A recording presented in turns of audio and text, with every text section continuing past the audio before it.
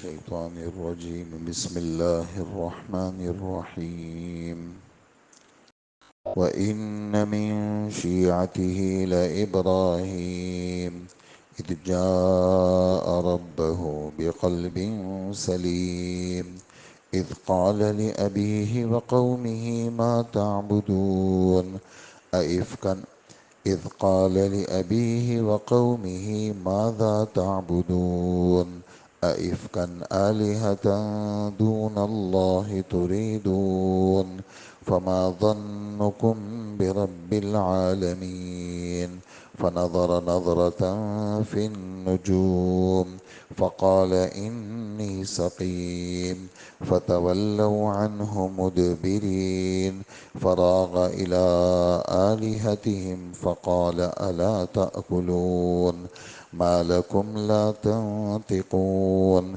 فراغ عليهم ضربا باليمين فأقبلوا إليه يزفون قال أتعبدون ما تنحتون والله خلقكم وما تعملون قالوا ابنوا له بنيانا فألقوه في الجحيم صدق اللہ العظیم۔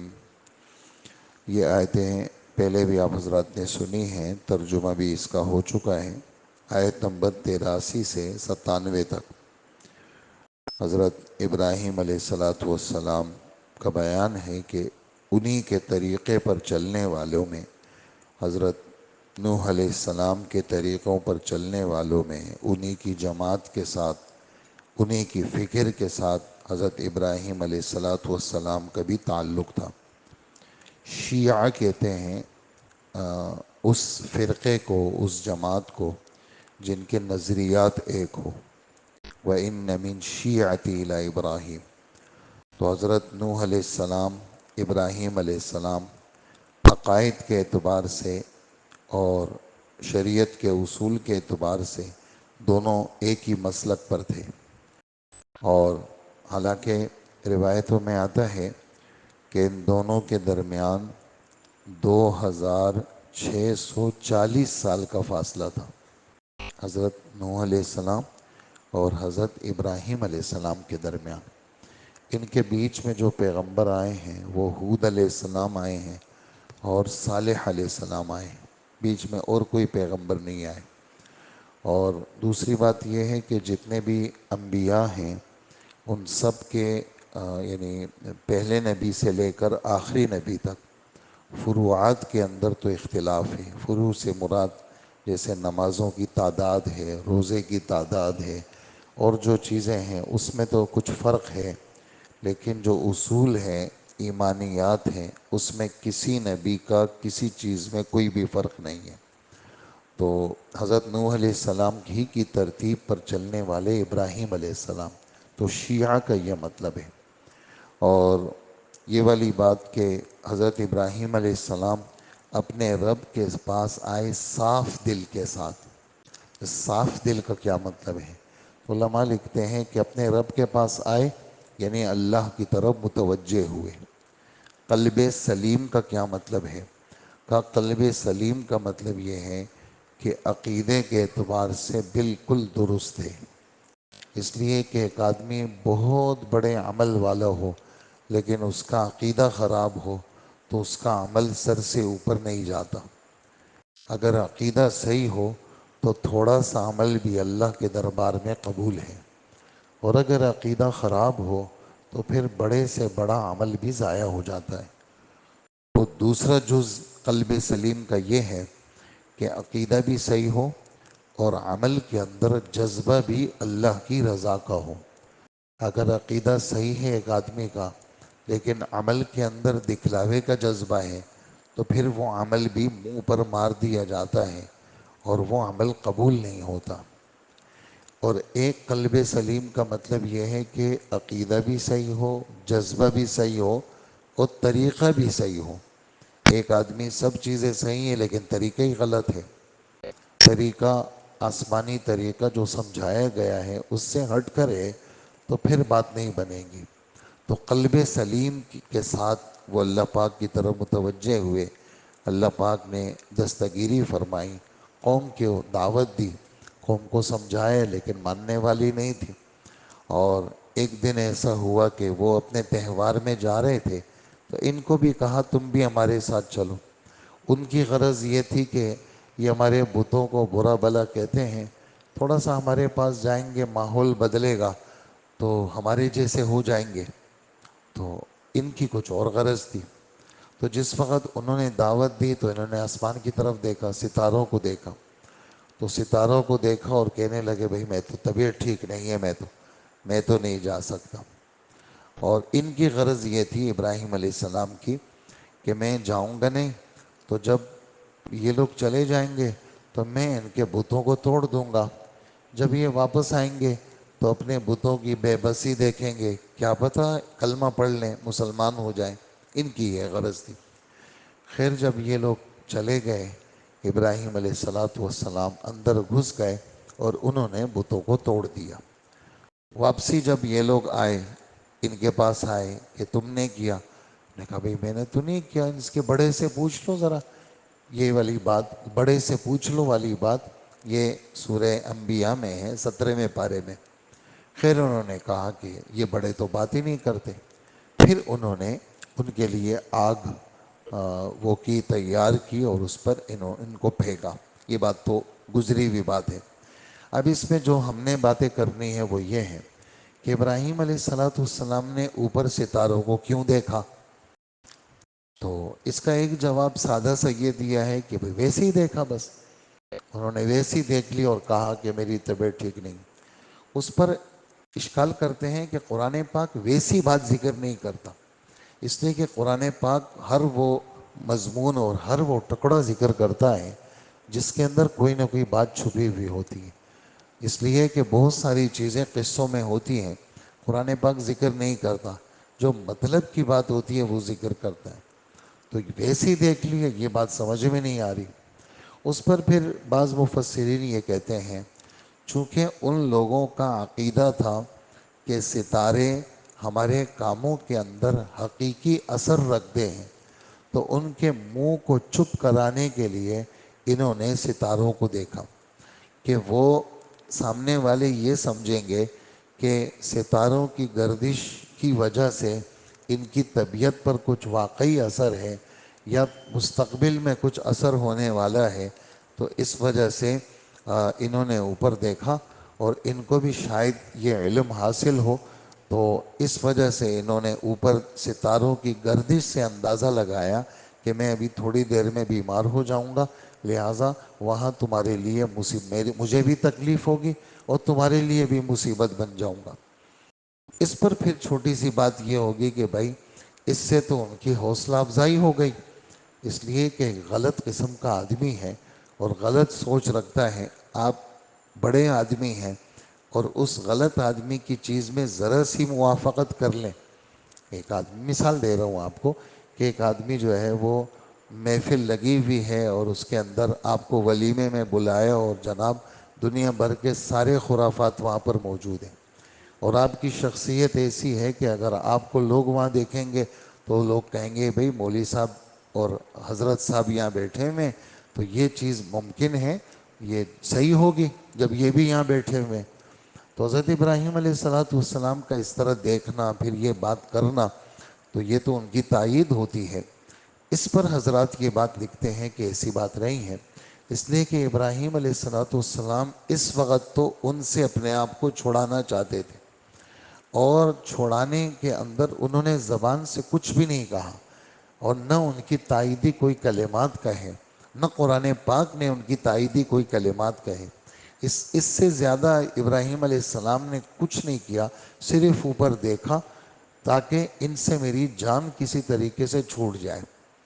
اور پھر ایک بات یہ بھی لکھی ہے، کافی تفصیل ہے ان باتوں میں بہت مختصر پیش کرتا ہوں، کہ جس طرح دنیا کے اور اسباب ہیں، جیسے سردی ہے وہ انسان کی طبیعت پہ اثر ڈالتی ہے، ابھی ٹھنڈی ہوائیں چل پڑی تو طبیعت پہ اچھا اثر پڑتا ہے، بارش آ گئی طبیعت پہ نشاط آتا ہے، اسی طرح بہت سڑی ہوئی گرمی ہو آدمی کی طبیعت بیزار ہو جاتی ہے۔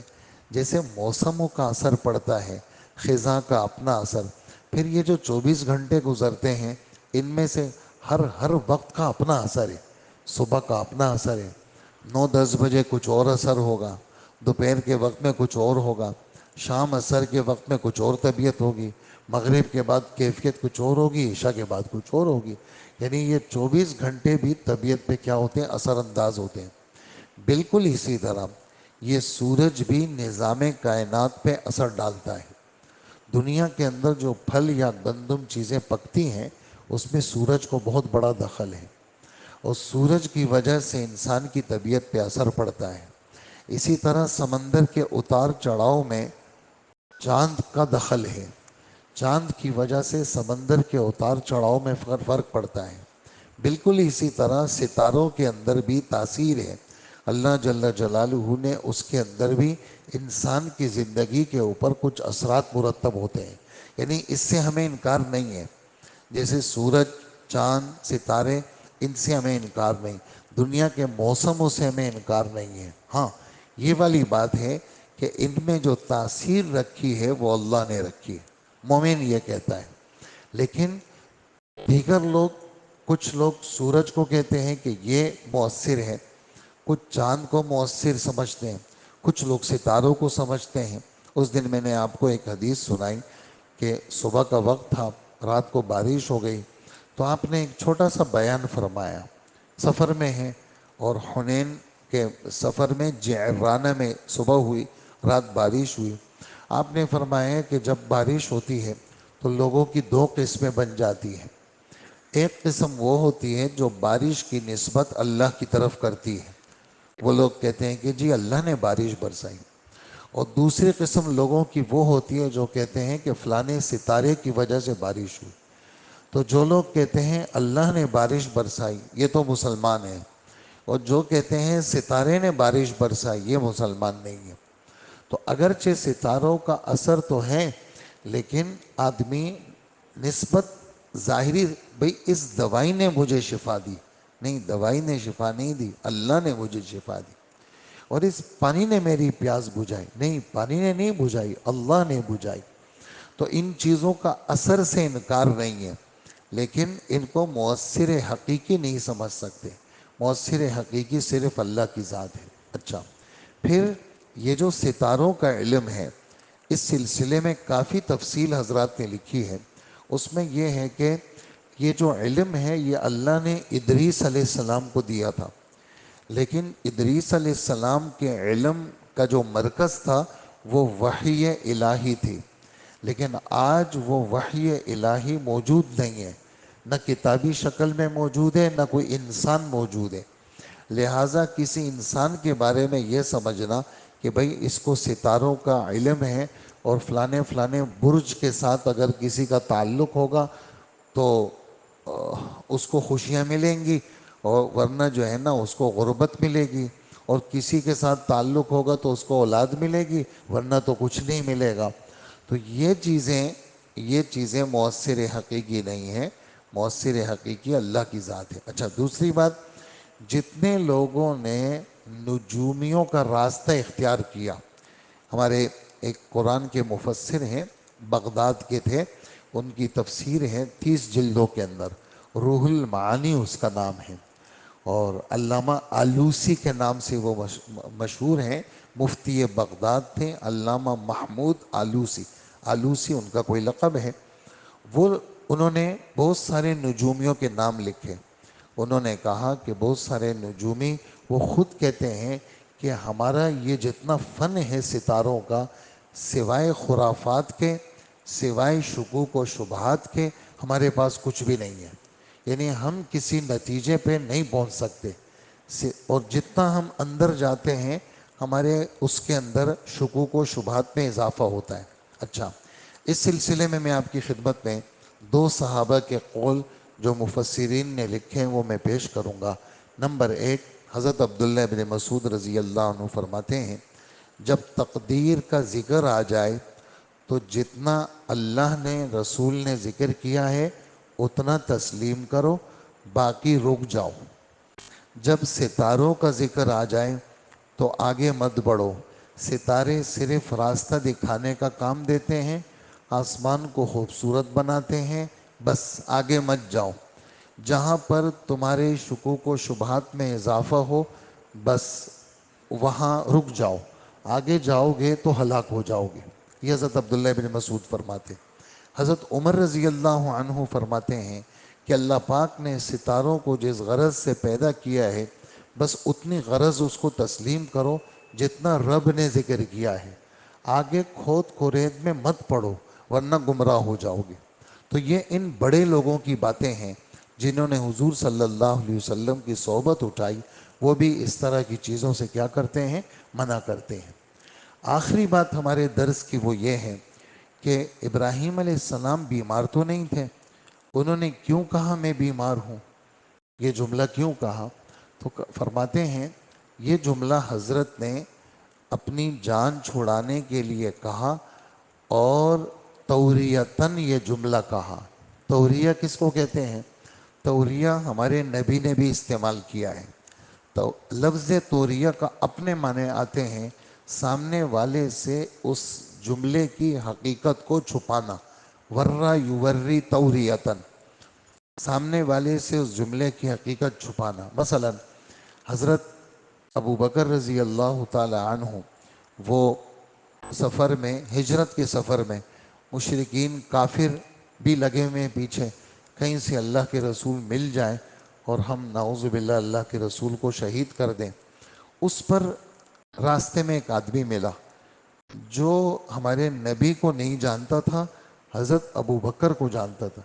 تو حضرت ابو بکر کو کہا یہ آدمی کون ہے؟ تو حضرت ابو بکر نے اس وقت ایک جملہ کہا۔ کیا کہا؟ رجل یہدینی السبیل، یہ جو آدمی ہے نا یہ مجھے راستہ دکھا رہا ہے۔ تو حضرت ابو بکر رضی اللہ عنہ نے اس آدمی کو چپ کرانے کے لیے جملہ کہا۔ وہ آدمی یہ سمجھا ہاں کوئی آدمی ہوگا، کوئی مزدور ہوگا، ابو بکر کو راستہ معلوم نہیں ہے تو ان مزدور کو ساتھ لے لیا، یہ راستہ بتانے کے اندر، اس زمانے میں سڑکیں تو تھی نہیں، راستہ بتانے میں مددگار ہے۔ حضرت ابو بکر کی غرض کیا تھی؟ یہ آدمی مجھے آخرت کا راستہ دکھاتا ہے۔ اور یہ جملہ حضرت نے اس لیے کہا تاکہ اللہ کے رسول کی ذات کو تکلیف نہ ہو۔ اسی طرح کعب ابن مالک فرماتے ہیں اللہ کے رسول جب کہیں سفر میں جاتے، جہاد کا سفر، مثال کے طور پر مشرق کی طرف جانے، تو اللہ کے رسول مغرب کے حالات پوچھتے، ہاں بھئی وہاں کون کون سے شہر ہیں، کون کون سے گاؤں ہیں؟ تو صحابہ سمجھ جاتے اللہ کے رسول کا سفر اس طرف ہے۔ ایسا کیوں کرتے تھے؟ ایسا اس لیے کرتے تھے جانا تو یہاں ہے، اگر یہاں کا تذکرہ ہو تو راز فاش ہو جائے گا، دشمن چوکنا ہو جائے گا، اس لیے اللہ کے رسول دوسری جگہ کے حالات پوچھتے تھے۔ تو حضرت کعب ابن مالک کہتے ہیں کہ جانا یہاں ہوتا تھا، اللہ کے رسول یہاں کا پوچھتے تھے تاکہ لوگوں کا دل دماغ اس طرف آ جائے، اس طرف نہ جائے۔ یہ ہمارے نبی کا انداز تھا۔ اسی طرح ابراہیم علیہ السلام نے ان کو کہا کہ یعنی میں بھائی تمہارے ساتھ اس لیے نہیں جا سکتا، تمہارے یہ شرکیہ چیزیں، یہ حرکتیں دیکھ کر کے روحانی اعتبار سے میری طبیعت پہ بوجھ پڑے گا۔ انہوں نے ظاہری بیمار سمجھا، حضرت نے اپنے آپ کو طبعی انقباض، طبعی بوجھ، جو آدمی کو غلط چیز، ایک نبی کو غلط، یعنی ایک عام مسلمان کو غلط چیز دیکھتے ہوئے کیا تکلیف ہوگی، نبی کو کتنی تکلیف ہوتی ہوگی۔ تو حضرت نے جو بیمار کا لفظ کہا ہے وہ اس بنیاد پہ کہا ہے تاکہ یہ مجھے چھوڑ دیں، اور روحانی اعتبار سے چونکہ مجھے انتہائی تکلیف ہوگی۔ اور سقیم کا لفظ حالیہ بیماری کے لیے نہیں آتا، یہ بھی سمجھنے کی بات ہے۔ سقیم صفت مشبہ کا صیغہ ہے، اس کے اندر مستقبل کا احتمال ہے، یعنی اس وقت حالیہ کا احتمال نہیں ہے، مستقبل کا ہے کہ میں تمہارے پاس ساتھ جاؤں گا تو میری طبیعت پہ انتہائی درجے کا بوجھ پڑے گا، اس لیے میں تمہارے ساتھ جانے سے کیا ہوں؟ انکاری ہوں۔ وہ یہ سمجھیں کہ یہ کیا ہے؟ یہ تو بیمار ہیں، اس وجہ سے یہ ہمارے ساتھ نہیں جانا چاہتے۔ تو اس جملے کا یہ مقصد مفسرین نے لکھا ہے کہ سب باتیں اس لیے بیان ہوئی تاکہ کسی کے دل میں کسی نبی کے بارے میں غلط قسم کی سوچ داخل نہ ہو کہ دیکھو یار نبی ہیں اور دیکھو 2 نمبر بات کی انہوں نے، وہاں پر کلاڑی سے خود مارا اور کہنے لگے دیکھو بڑے نے مارا، حالانکہ انہوں نے خود مارا ہے۔ تو یہ جملے اس وجہ سے یہ تفسیر کی جاتی ہے تاکہ کسی مسلمان کے دل میں کسی نبی کے بارے میں کوئی معمولی سا اعتراض، معمولی سا شک شبہ، معمولی سی کمی کسی نبی کے بارے میں، یعنی ہم تو صحابہ کے بارے میں اتنے محتاط ہیں جو اللہ کے رسول کے صحبت یافتہ ہیں، ہم کسی صحابی کے بارے میں لب کشائی نہیں کر سکتے۔ ایسے اور نبی کی ذات تو صحابی سے بہت اونچی ہے، تو نبیوں کے بارے میں بھی آدمی کو بہت محتاط رہنا چاہیے۔ اللہ پاک ہمیں عمل کی توفیق عطا فرمائے۔ الحمدللہ رب العالمین۔